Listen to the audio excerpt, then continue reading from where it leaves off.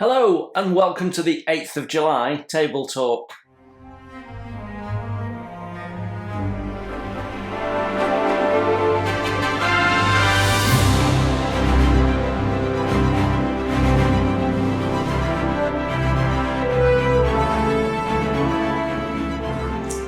Yes, hello, welcome to Model Kit Stuff. This is my weekly Table Talk video where we talk about what's happened in the week that's gone, what's coming up, what's happening on the desk, what I might have added to the stash again, what's happening in the garden, all sorts of stuff. Now, if you're one of my new subscribers, a big welcome. Thank you for subscribing and joining. If you're interested in modelling, you're bound to find something of interest on my channel. Go and check out the playlists. I've got kit reviews, tool reviews, product reviews, full builds. Builds have started but haven't quite finished. And we have some ongoing builds, and we talk about all of that in this video.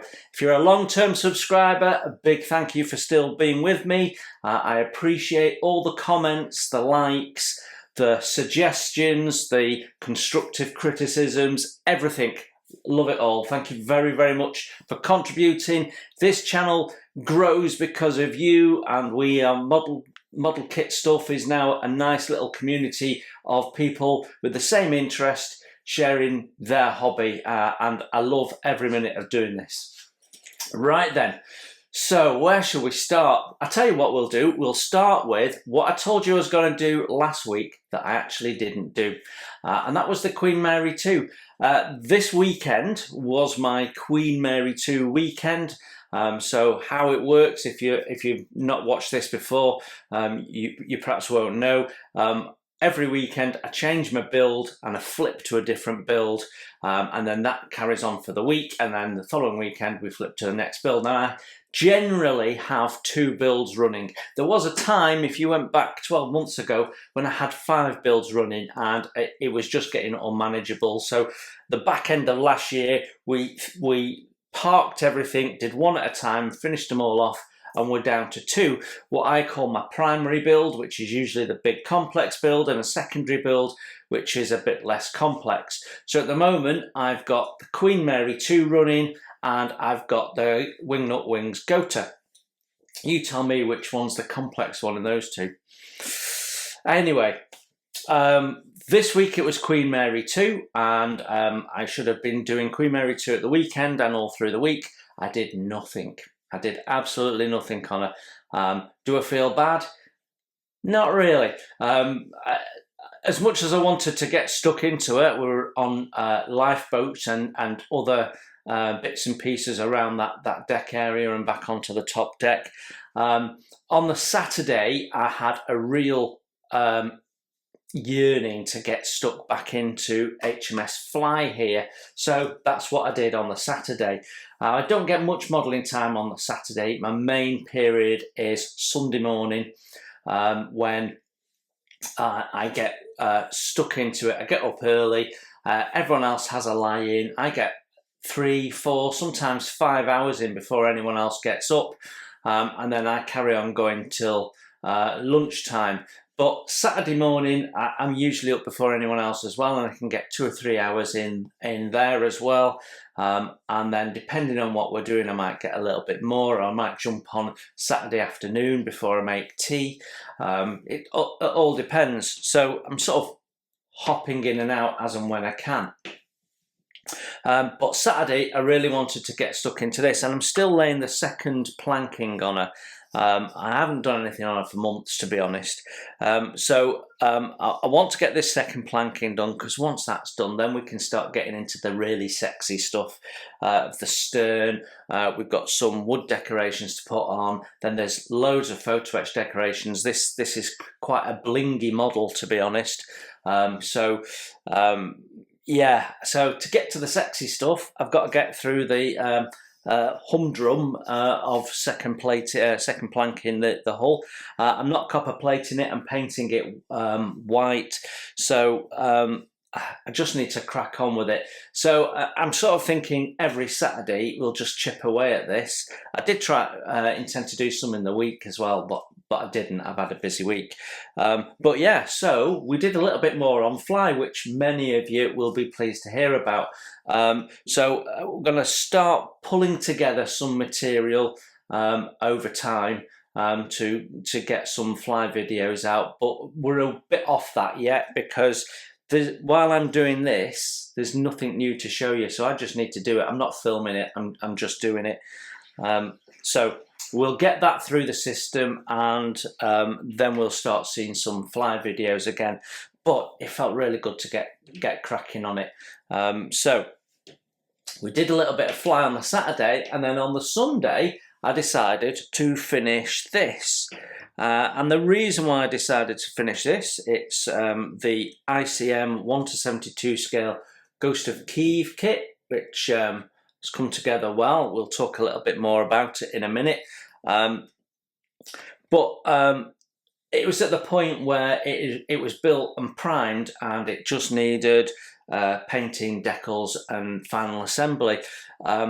And with my fire engine build finishing yesterday, I needed to have something in there in case I don't have enough material from either of the other two builds. So I thought I'd finish that off. Then I've got a complete build series, none of which had been posted yet, that I can start putting out there to intersperse with the Queen Mary 2, which I'm not getting lots of material from, so I might not be able to get a video every other week. I'm going to try, but if I can't, I can start putting the Ghost of Kiev up. So it gives me 3 builds I can post, even though I'm only building 2. So that just helps space my builds out a little bit. So that's why I decided to finish that off. It also gave me an opportunity to do some airbrushing with the ICM paints. So as many of you know, I've been reviewing the ICM paints. So we've done a video looking at the paints. I've done a video on thinning. I've done a video on brush painting. I've done a video on varnishing. I've just done a video on the metallics. I've now done a video on airbrushing. All of these will be coming out over the next few weeks, and then I'm going to have a look at the clear colours as well, and that will complete the series. So we will have done quite an in-depth look at the ICM paints, but finishing the MiG-29 there allowed me to do some airbrushing, so I could finish the kit and at the same time do some testing of the ICM paints under airbrush, which all fitted in nicely. So actually I had quite a productive weekend, just not as I intended on the Queen Mary 2. Poor old thing she is, keeps getting neglected, doesn't she?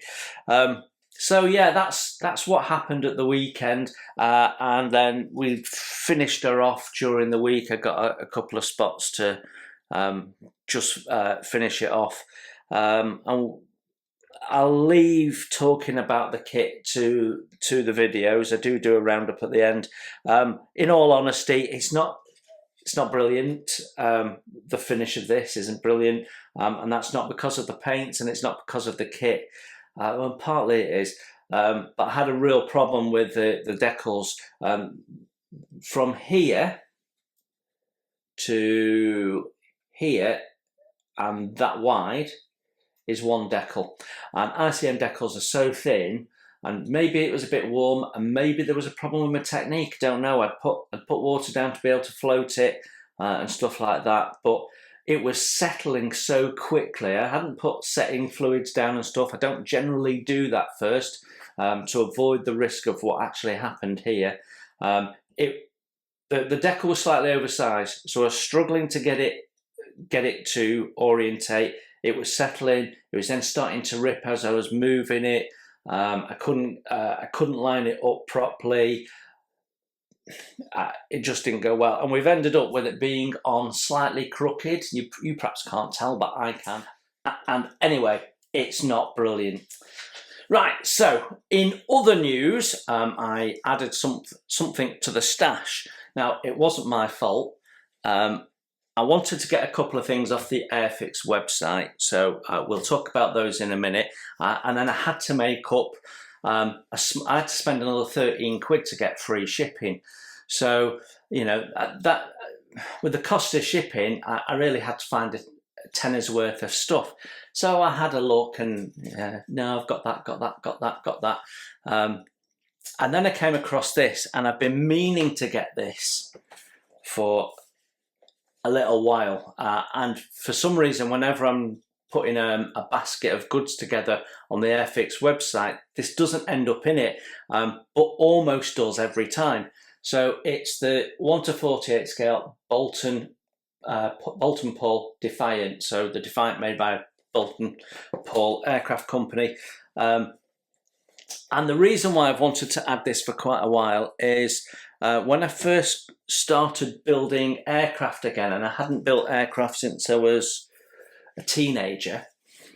One of the first planes I did, well, the first one I actually did was a 148, and then I bought a handful of 172 aircraft. So, sorry, I beg your pardon. I built a 172 Hurricane first. These are all Airfix. Then a 148 aircraft.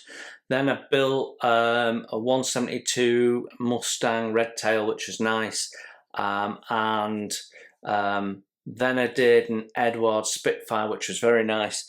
And then I did this, which is a Bolton Paul Defiant as a night-time interceptor. And look at it with the shark's teeth and everything. It's really cool. And this built up really nicely. Yeah, interesting subject. Slightly different because it's got the turret there.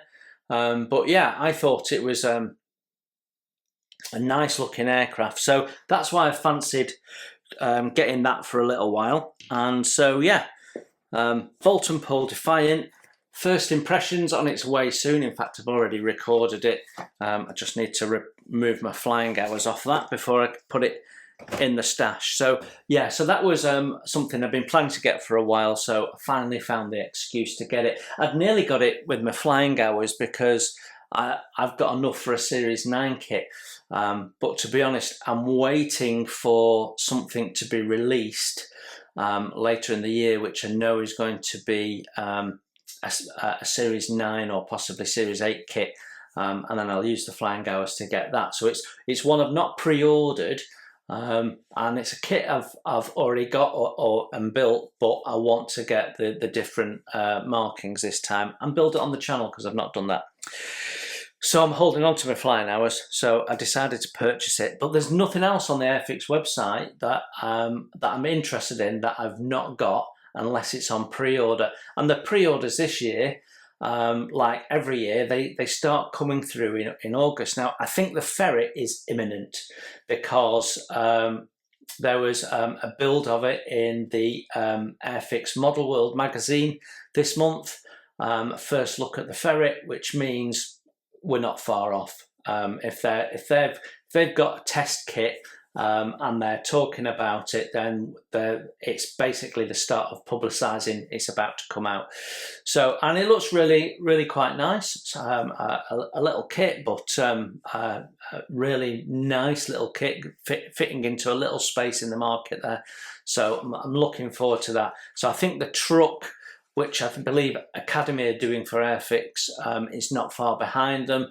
But of course, the big one is the Fairy aircraft when that comes out, and I suspect that'll be towards the back end of the year. Yeah, but I've got one or two other things on pre-order. I've got a mini art kit that's been on pre-order now for 8 months, which is a tram plus people plus diorama base.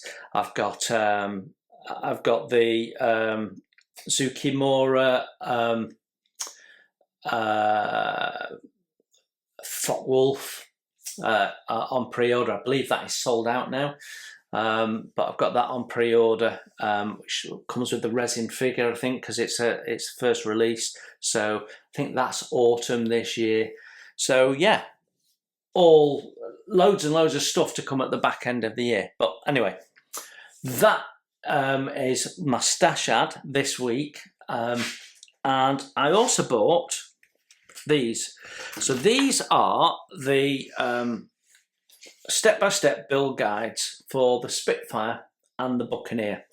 And I'm being really, they're about £8. If you get Airfix Model World magazine, I think you can get them for a £5 if you're a subscriber to the magazine. And also you can get them off the Airfix website, which is where I got them from. So £8, but your Airfix discount comes off that, and if you've got points, I had 640 points. You can use your points against them as well, which I also did. And I'm pleasantly surprised because I imagined it was going to be a fairly thin sort of magazine thing, almost like the Airfix Club magazine that's, you know, half a dozen pages realistically, but it's not. It's a good meaty document, and it's very, very much like akin to the Tamiya How to Build It magazines. Very, very similar, but there's more in it. It's actually better than the Tamiya Build It Yourself ones. So I'm going to review both of these. I'll do review videos of both of these independently, one for the Spitfire, one for the Buccaneer. But you get history, you get technical close-ups of it, you get various stories, you get a full step-by-step build. And in the Buccaneer one, they build both the 1:48 and the 1:72 scale ones, which is also a recent tooling, and I've got both of those kits. So really, really nice. They also talk about aftermarket and what's out there at the time of publishing. So decals, etch, resin, all covered off. Like I say, history of the aircraft, but also history of other kits. So you can see the Matchbox ones in there as well. So it's a really nice deep dive into the Buccaneer. Now, I don't know much about it. I'm interested in building the model. Doesn't necessarily mean I'm interested in the history of the aircraft. With ships, it's the other way around. I have an interest in ships. That's why I build ship models. With other models, I build them because I like the look of them. And that, with its wings folded back and stuff, it looks really cool. So that's why I want to build the Buccaneer. But yeah, it's a really nice magazine, and I've been quite impressed with them. And they're both about the same thickness. How many pages is it? So I've not looked at that, but does it tell us? No, there isn't a page number on it. That's a shame, because it must be a couple of hundred pages. Must be. Oh no, there we go. 382. So 390 pages. I will do a review of them, show you what's in them. So there'll be some videos that will come out probably on the Monday or the Wednesday slot if it turns out to be a big video. So that's the stuff I spent money on this week, but you know, not a lot. So those two would have been £16, plus I got my discounts. That's, what's that, 23 quid, something like that. Nothing, is it? So yeah, nice little haul this week. Talking of this week, let's have a look at what went during the week, what videos came up, just in case you missed them, so you can go back and check them out. Right then, so Monday we started what will be quite a long series of videos on the ICM paint range. So we're reviewing the box of that's called 80 Colour, which has 77 colours in it and 3 varnishes. And basically what we did on the Monday video is have a look at what you get. Went through all the colours so you can see every colour in that box and get an understanding of whether it's right for you. So it depends on what sort of modelling you do. But I think that box covers everything, whether you're a fantasy figure painter, an armour modeller, aircraft modeller, even a ship modeler, largely everything in there was covered off, or you could mix the colour to get to where you wanted. The metallic range is particularly nice. So we had a deep dive on that, and a lot of people were interested, particularly at the price point. Now, some people pointed out that they couldn't find it at that price in their country. What I will say is you can easily pay double the price, around about £118, £120 in the UK. So shop around. I think I bought mine from eModels. I can't remember what it was now, 62, 64, something like that.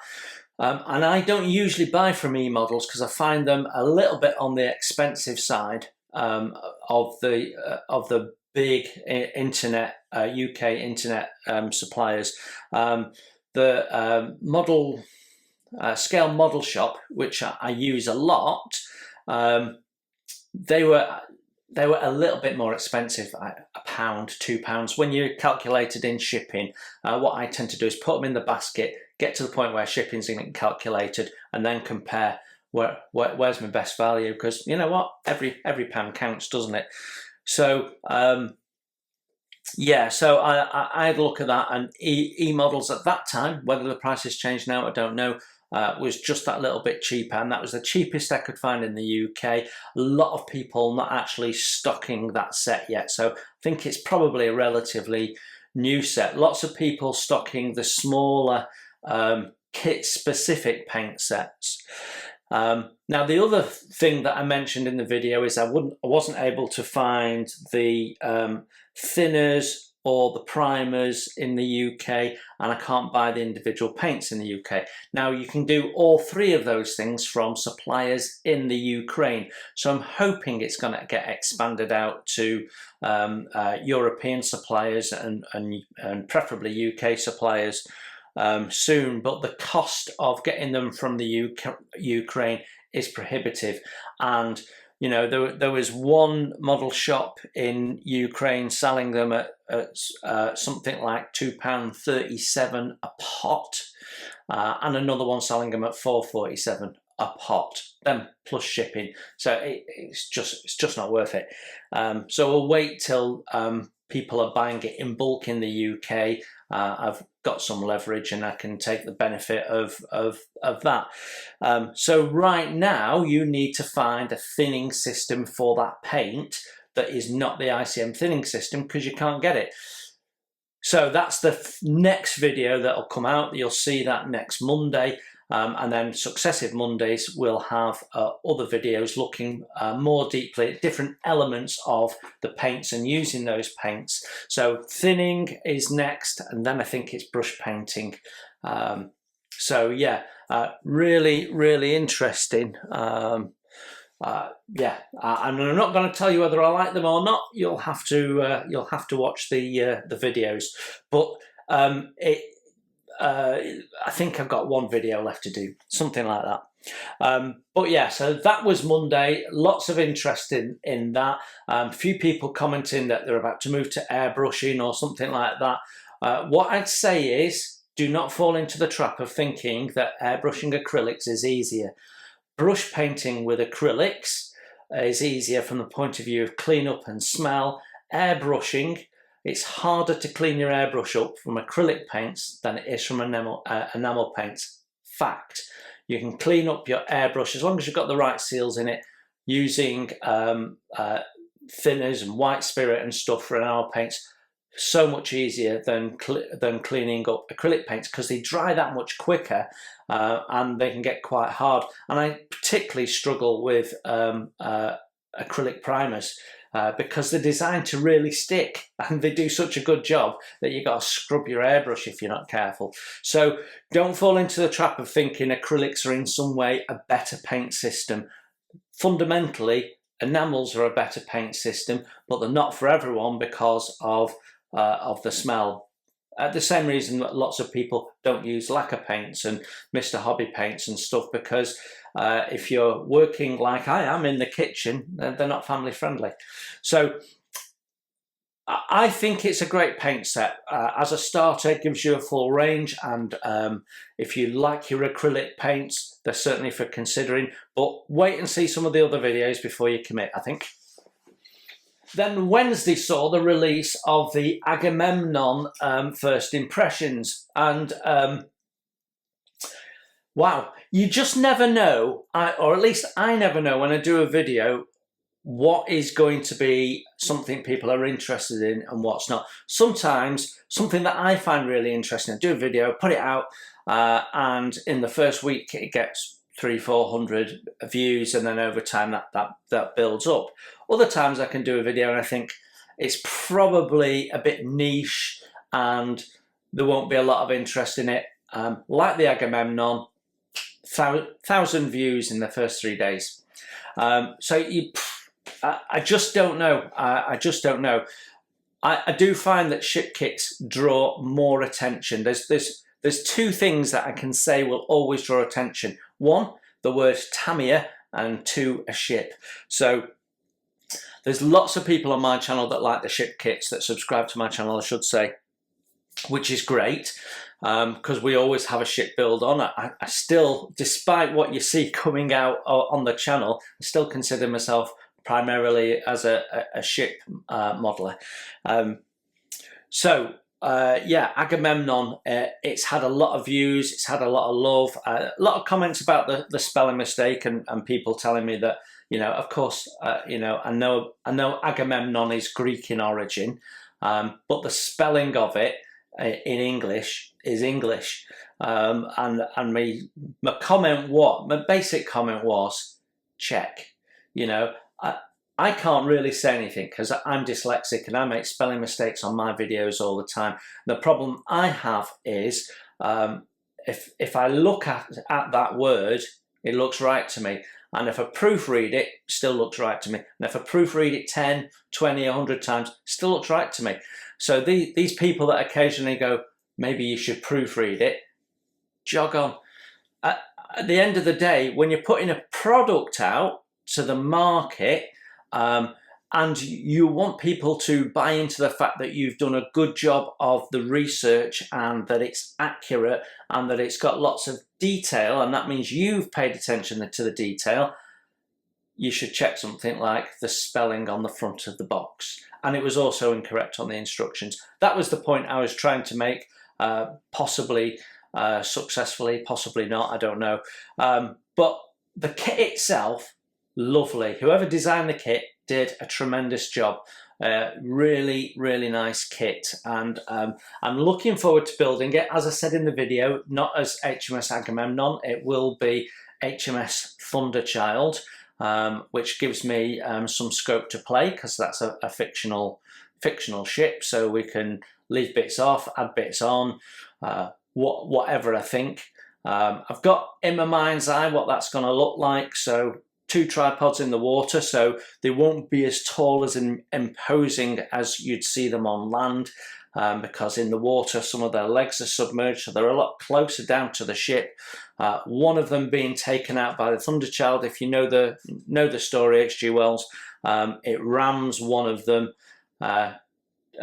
takes the legs out so it collapses, destroys another one with its guns, and whilst a third one melts the ship with its heat ray. So I'm imagining the ship on its side in the water being pushed over by the force of the heat ray, hitting it amidships whilst it's sailing through the tripod that it's just brought down, with its guns trained and blazing at a third tripod that's not in the diorama, out of sight, a bit further away maybe. So that's how I envisage it. 2 tripods, Thunderchild in action in the sea.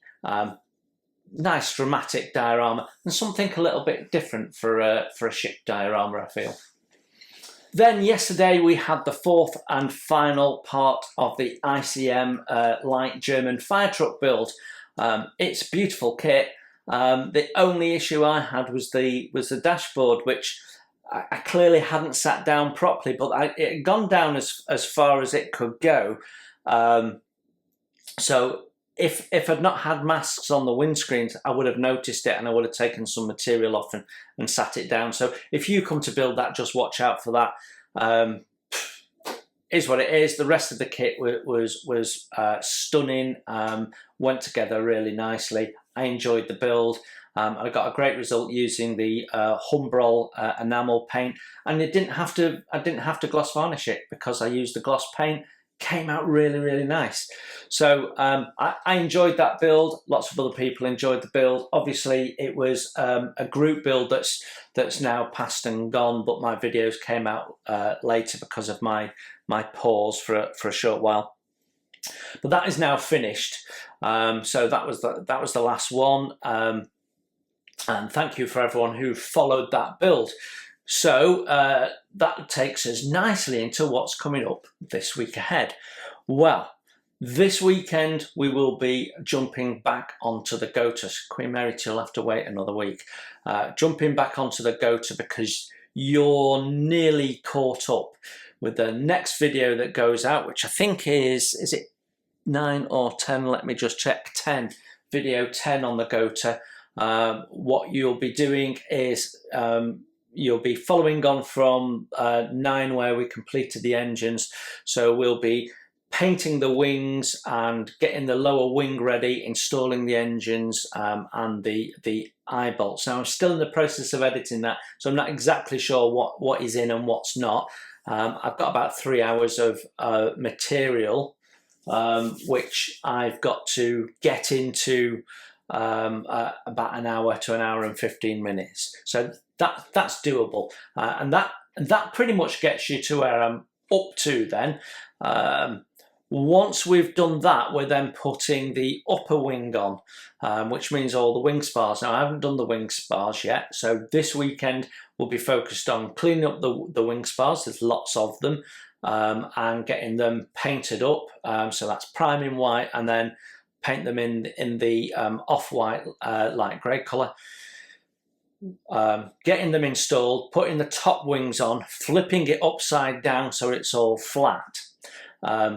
I'm also going to have to put the rigging eyes into the upper wings. I've ordered some more eyes from Bob's Buckles just to make sure I've got plenty, and then we will be doing some of the rigging before we put the fuselage in between. So usually you rig from the inside out. I want to be able to put some of that rigging in before I then put the floats on top. So whilst the wing section's upside down, we then put the framework on for the floats and the floats.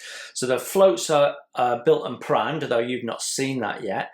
So I need to paint those in the dark wood, build the frame for the floats and paint those as well. So I'll try and do the frame this weekend as well because it's the same colour as the wing spars. So that'll get us through the next video. So the next video will be spars and rigging, I think, video 11. But what you're going to see in video 10 is getting the bottom wing cleaned up, put together, painted, decaled, eye hooks on it. If you watched last week's table talk, you saw where we got up to. So that will bring you up to where I am with the build pretty much, which is why we've got the Ghost of Kiev videos going out, because if I haven't got enough material for a full video, I want to make sure there's something to go out on that Friday night spot. So that's what's coming up next week in terms of, sorry, that's what we did last week. I'm all over the place today, aren't I? Right, so what is coming up next week? So Monday, ICM paint thinning. I test lots of different thinners and water with the paint system, and tell you which ones seem to work okay and which ones don't. There is a huge bumblebee trying to invade the house at the moment. Fortunately my doors and windows are shut, but it's about the size of my hand. I don't exaggerate. Then on Wednesday we've got our first impressions that is out of this world. That's all I'm going to say. Yeah, don't often do sci-fi, but oh, let that slip already. So that's Wednesday. Then on Friday, like I said, go to 10. So that's your week ahead. Shall we take a look at what's happening in the garden then? Well, this week's been a fair bit cooler. It's only been around 15-16 degrees most of the week, and it's been a lot drier than I was led to believe it was going to be by the BBC weather app. So actually not a bad week. Today I'm expecting it to be back up at 25-26, and then we're on thunderstorms for a few days, so more sunshine, more water, so we should see a bit more growth. Main thing that's different this week is the jasmine's come to life, and oh my gosh, it smells amazing down there. And then at this side here we can see we're starting to get some more flowers, which is nice. Fernery's looking healthy, vegetables all good, tomatoes putting some weight on now, so that's really nice to see. Look how dark green and lush they look. I have had my first few spring onions and they are really tasty, definitely better than what you get in the shop. And I think we're definitely having a rhubarb crumble this week. Look at that, it's going mental. So plenty in there. We'll thin that out this weekend. Gooseberries, they're still firm, but we've got a decent enough crop there for a gooseberry cobbler, maybe a small one. And there's one or two tomatoes growing on the tomato plants that we grew from seed and just dumped in the ground, so you can see we've got a few there, which is nice. But yeah, otherwise, now I must show you this. You see those? They're called Chinese lanterns, and so you can see they start off as a lovely white flower, then they turn into this. We'll keep an eye on these because they go a beautiful vibrant orange in the autumn. You can see there's lots of them at the back there as well, and they just look like paper lanterns, and then they grow like a fruit in the inside, and like a small round orange fruit on the inside. They are stunning as they go through the season, so they're just starting off now, but these will look lovely when they come out. I smell that jasmine, absolutely gorgeous. Yeah, bit of tidy up again this weekend. Doesn't take long for this lot to get all unruly. The Solomon's seal has been battered by wildlife, so that'll come down this weekend as well. But yeah, I think we'll have to trim the jasmine, but I'm going to wait till it stops flowering because the bees absolutely love it.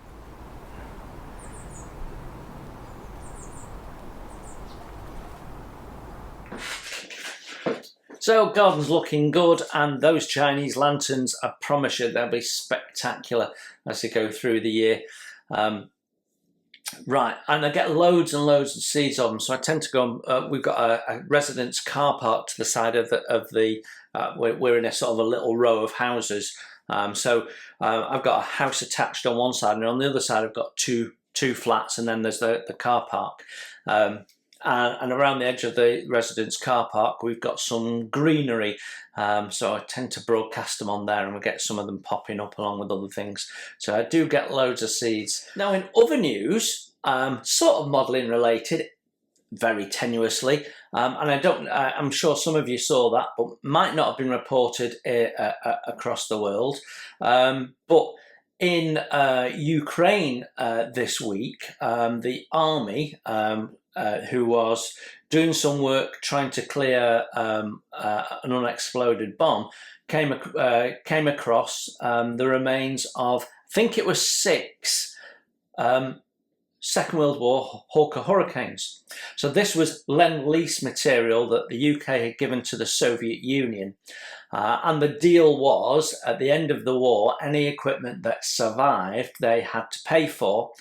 And the Soviet Union, being the Soviet Union, decided that though they'd survived the war, these Hawker Hurricanes, they weren't going to pay for them. So instead they dismantled them took the bits that were of value and then took the frames, broke them up, set fire to them and buried them in a ditch. So they've now been found and they're being excavated. So that's rather cool. It's probably the single biggest haul on the Eastern European side of British Second World War equipment.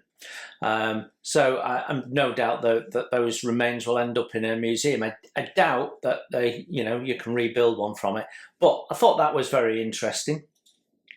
Also in the news this week, Airfix did an unannounced release, so it wasn't listed in their 2023 releases, and it was a re-release of their 1:48 scale Seafire aircraft. Now, I think I've done a first impressions. I'm going to check. If I haven't, I will do one because I've got the last release of the kit in my stash. The kit is notorious for having an issue on the upper engine cowling, but I've not built it, so I don't know. But yeah, you have to cut it in half and so that and put some material in the middle so that it fits on both sides, apparently. But I've never built it. But yeah, Airfix this week released that. We re-released the kit with new paint schemes and markings. Wasn't announced in the 2023 catalogue, so they clearly decided they were going to surprise us. So yeah, that was nice, and actually it looks really cool. So I will check that I've done the first impressions on that kit, and if I haven't, I will get round to recording that at some point in the week, so that can go out relatively soon. So if you're interested in it but want to know what the kit's like, I'm going to let you know. It's a relatively old kit. It's a bit like this, new-ish. But I think that I think the Seafire's older than this, so it's going to be soft moulded and what have you. But does it really matter when most of what you're actually going to see is the outside of the aircraft? All those details in the cockpit, it's the detail painting that pops them out, not the sharpness of the moulding in reality. But yeah, that's what happened in the news. So I think that's it. I don't think I've got anything else to talk about, so I think we'll wrap it up there. Have a great week. I hope to see you at 9 p.m. Friday night UK time when my premieres go out. Like I say, it's the Go to Build this coming Saturday, which people enjoy, and you get to have a chat with fellow modelers and fellow subscribers, and I'm always there. And if it's the Queen Mary 2, then Stephen Payne, the designer of the Queen Mary 2, tends to be in that chat as well, and he's advising me on how to super detail that Revell kit. So do come along to those. They are really, really interesting. I really enjoy those premieres and get to chat to people. And then probably you go back and watch the video again because you're so busy chatting you've not actually watched the video, or at least that's my experience. So yeah, thank you very much for watching. I do appreciate it. Don't forget to hit the like and make a comment. That supports the channel, helps me to keep the channel free, and any revenue I get from adverts goes back into the channel so I can buy more kits for me to do reviews of. Because as somebody said this week, and I forget your name, but a massive thank you. I do appreciate the kind comments, but somebody said, your first impressions videos are head and shoulders better than everybody else's. Fact. Thank you very much, buddy. Have a great week. You enjoy your modelling, and I will see you very soon. Bye for now.